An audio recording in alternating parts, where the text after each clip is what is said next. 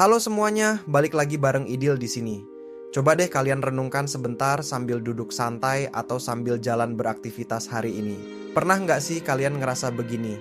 Penghasilan tiap bulan itu sebenarnya lumayan. Kalau dihitung-hitung di atas kertas harusnya cukup buat hidup layak. Tapi nyatanya, kenapa utang rasanya kayak nggak habis-habis? Gali lubang tutup lubang. Baru aja gajian, udah lewat gitu aja buat bayar cicilan motor, tagihan kartu kredit, pinjaman online, sampai utang ke teman atau saudara yang rasanya kayak selalu membayangi setiap langkah kita. Sementara di sisi lain, kalau kita perhatikan, ada loh orang-orang di sekitar kita yang penghasilannya biasa-biasa aja. Kerjanya mungkin nggak kelihatan mentereng tapi hidupnya tenang banget. Mereka nggak dikejar-kejar debt collector, nggak pusing mikirin tanggal jatuh tempo. Dan yang paling bikin iri, mereka malah pelan-pelan bisa nabung dan beli aset. Pertanyaannya, apa sih yang membedakan kita sama mereka? Apa rahasia yang mereka simpan rapat-rapat? Di video kali ini, kita akan bedah tuntas. Kita bongkar sedetail-detailnya 9 jalur dalam, alias kebiasaan finansial dari masyarakat Tionghoa yang terbukti ampuh, bikin mereka bisa cepat terbebas dari jeratan utang. Ini bukan sekadar tips receh atau teori manis di buku ekonomi. Ini adalah soal mindset, soal budaya, dan cara pandang terhadap uang yang sudah dipraktikan turun-temurun. Buat kamu yang sekarang lagi capek, lelah, dan benar-benar butuh jalan keluar dari lilitan utang, pastikan tonton video ini sampai menit terakhir. Jangan di-skip, karena bisa jadi salah satu poin di sini adalah jawaban yang kamu cari selama ini. Kita masuk ke jalur yang pertama. Ini fondasi paling dasar, paling sering diremehkan, tapi justru paling krusial. Pisahkan uang modal dengan uang pribadi. Kedengarannya gampang kan? Tapi praktiknya susah minta ampun. Bayangkan kamu punya warung kecil-kecilan atau usaha online. Tiap hari ada pemasukan. Nah, penyakit orang kita biasanya adalah ngambil uang laci warung buat beli beras, buat bayar listrik rumah, atau sekadar buat beli kopi dan jajan anak. Malamnya pas dihitung, lo kok untungnya nggak kelihatan, kok modalnya malah makin menyusut. Itu karena uangmu bercampur aduk. Masyarakat Tionghoa yang sukses membangun bisnis dari nol sangat disiplin soal ini. Dari zaman mereka buka toko kelontong ukuran 2x3 meter pun, mereka sudah punya 2 laci, 2 dompet atau 2 rekening. Satu khusus buat putaran modal dagang, satu lagi murni untuk kebutuhan pribadi. Kalau mereka mau ngambil barang dari tokonya sendiri buat dimakan, mereka tetap catat itu sebagai pengeluaran pribadi atau bahkan mereka bayar. Kenapa harus se-ekstrem itu? Karena kalau dari uang 1 juta aja kita nggak bisa tegas memisahkannya, jangan mimpi bisa mengelola uang 100 juta. Jadi mulai sekarang, tanya ke diri sendiri, uang jualan hari ini udah dipisah belum sama uang jajan? Lanjut ke jalur kedua, utamakan bayar utang ke orang, bukan ke bank dulu. Ini adalah prinsip yang mengakar sangat kuat.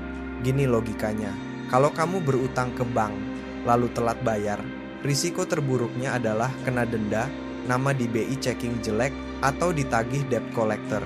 Tapi, kalau kamu berutang ke teman, saudara, atau tetangga, lalu kamu mangkir, yang hancur bukan cuma urusan duit, tapi muka, nama baik, dan kepercayaan.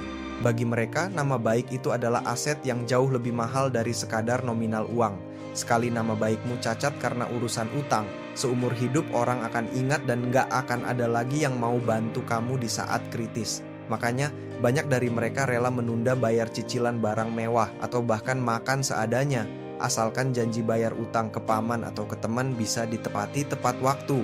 Urusan utang ke orang itu menyangkut kehormatan.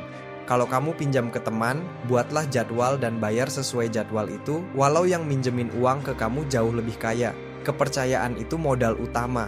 Jalur ketiga ini sangat menarik, sirkulasi uang di dalam lingkaran keluarga.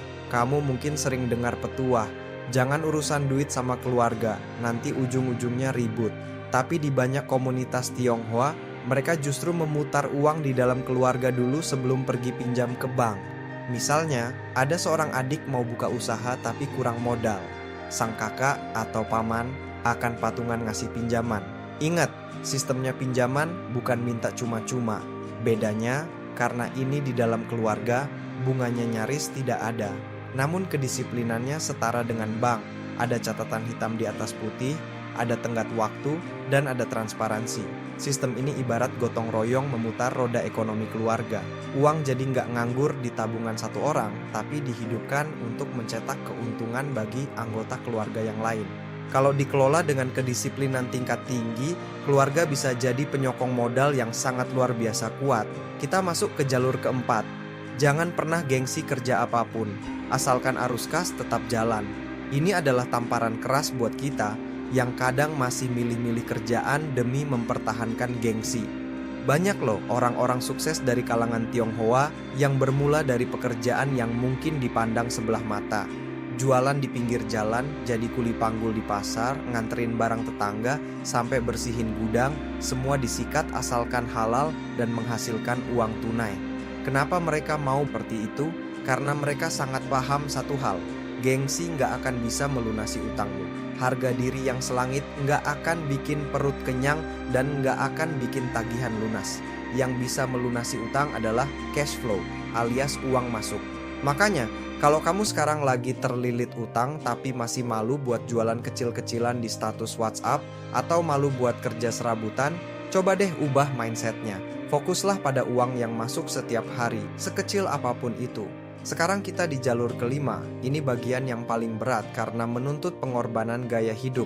Jangan pernah beli barang baru atau foya-foya sampai utang benar-benar lunas. Mayoritas orang gagal lepas dari utang karena gagal mengerem ego. Baru dapat bonus akhir tahun sedikit, langsung ganti smartphone keluaran terbaru. Baru dapat orderan gede dikit, langsung beli baju branded atau nongkrong di tempat mahal buat update story. Padahal utang cicilan bulan lalu aja masih nunggak. Orang yang sadar diri kalau dia sedang berutang akan memposisikan dirinya sedang dalam kondisi darurat finansial. Mereka rela pakai HP yang layarnya udah retak sedikit asalkan masih bisa dipakai nelpon dan chat. Mereka rela pakai baju yang warnanya udah mulai pudar. Mereka nggak malu bawa bekal makanan sederhana dari rumah. Kenapa? Karena yang mereka tuju adalah kebebasan yang hakiki, bukan sekadar kelihatan kaya di mata orang lain.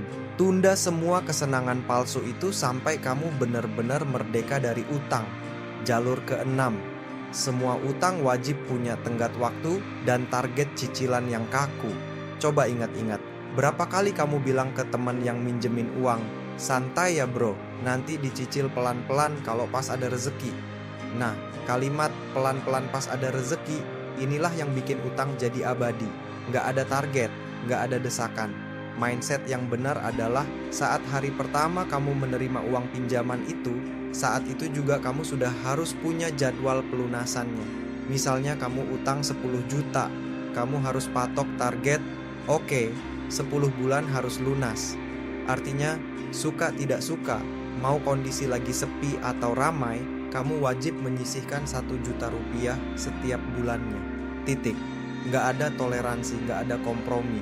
Jadikan itu pengeluaran wajib nomor 1 sebelum kamu membeli kebutuhan lain. Ketegasan inilah yang memotong umur utang menjadi jauh lebih pendek. Lanjut ke jalur ketujuh. Manfaatkan sistem arisan sebagai alat putar modal produktif. Di zaman serba digital seperti sekarang, hal tradisional seperti arisan sering dianggap cuma ajang ngobrol ibu-ibu. Padahal, kalau arisan ini dikelola di komunitas yang saling percaya, ini adalah instrumen keuangan yang luar biasa dahsyat. Banyak pedagang dan pengusaha kecil menggunakan arisan bukan untuk beli perhiasan atau jalan-jalan saat menang kocokan. Ketika nama mereka keluar dan dapat uang arisan, uang itu seluruhnya dilempar kembali ke bisnis. Dipakai buat nambah stok barang jualan, buat beli etalase baru, atau buat sewa tempat yang lebih strategis. Uang itu dipaksa bekerja menghasilkan uang lagi.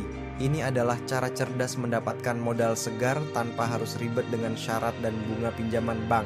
Jalur ke-8, wajib punya catatan manual harian. Ya, manual pakai pulpen dan buku. Memang sekarang banyak aplikasi pencatat keuangan di HP, tinggal ketik selesai. Tapi masalahnya, mencatat di HP kadang kurang memberikan dampak psikologis. Uang tetap aja bocor. Banyak orang Tionghoa yang secara rutin, setiap malam sebelum tidur, duduk di meja dan menulis pengeluaran pemasukan hari itu di buku kas lecek mereka. Kenapa harus manual? Karena saat tanganmu menuliskan angka-angka itu, otakmu akan lebih memprosesnya secara emosional. Kamu akan sadar dan membatin, Ya ampun, hari ini ternyata jajan es kopi aja habis 50.000. Padahal uang itu bisa buat bayar sepertiga cicilan. Menulis manual adalah bentuk tamparan kesadaran. Dari kesadaran itulah perilaku boros pelan-pelan bisa terkikis habis. Dan akhirnya kita sampai di jalur ke-9, prinsip pamungkas yang menyatukan semuanya. Pastikan utangmu adalah utang produktif, bukan utang untuk gaya-gayaan. Ingat ya, masyarakat Tionghoa tidak anti terhadap utang. Banyak pengusaha besar yang utangnya miliaran. Tapi, ada garis tegas yang membedakan. Mereka berutang untuk diputar menjadi aset yang menghasilkan. Ibarat pisau, utang itu alat. Kalau pisau itu kamu pakai buat memotong sayuran dan memasak, dia sangat bermanfaat. Itu namanya utang produktif. Misalnya kredit mobil pick up untuk jasa angkut atau utang beli mesin jahit untuk buka konveksi. Alat itu sendiri yang akan membayar cicilannya. Tapi, kalau pisau itu kamu pakai sembarangan, dia akan melukai dirimu sendiri. Itulah utang konsumtif. Minjem uang ratusan ribu cuman buat traktir teman atau nyicil pay later demi baju mahal biar kelihatan update. Ini namanya menggali kuburan finansialmu sendiri. Nah, setelah menyimak 9 jalur tadi secara mendalam, sadarkan kalau ini sama sekali bukan tentang suku atau ras tertentu. Ini murni soal pola pikir, komitmen, dan rasa tanggung jawab terhadap hidup kita sendiri. Utang itu bisa ditaklukkan asalkan kamu nggak menjadikan utang sebagai gaya hidup. Nggak perlu tunggu punya uang banyak buat mulai berubah. Mulailah hari ini dari hal yang paling sepele. Pisahkan uangmu, catat pengeluaranmu pakai buku, dan turunkan gengsimu. Bebas utang itu bukan sekadar soal angka di rekening yang bertambah, tapi soal bisa tidur nyenyak di malam hari dan bangun pagi tanpa rasa was-was. Kira-kira dari 9 poin tadi, mana nih yang paling nyelekit dan mau kamu praktikin mulai hari ini? Coba dong tulis di kolom komentar biar jadi jejak komitmen kamu. Dan kalau kamu ngerasa video ini ngebuka pikiranmu, bantu share ke teman, grup WhatsApp keluarga, atau siapa aja yang mungkin sekarang lagi butuh dukungan mental buat ngelunasin utangnya. Jangan lupa like, subscribe, dan bunyikan loncengnya biar kamu nggak ketinggalan obrolan daging lainnya. Sampai jumpa di video selanjutnya, teruslah berjuang, semoga rezekimu makin deras, utangmu segera lunas, dan pastinya hatimu tenang. Jika Anda tidak mengikuti jeda jajan, Anda mungkin tidak akan pernah melihat akun ini lagi. Tetapi jika Anda mengikuti selamat Anda bertumbuh setiap hari,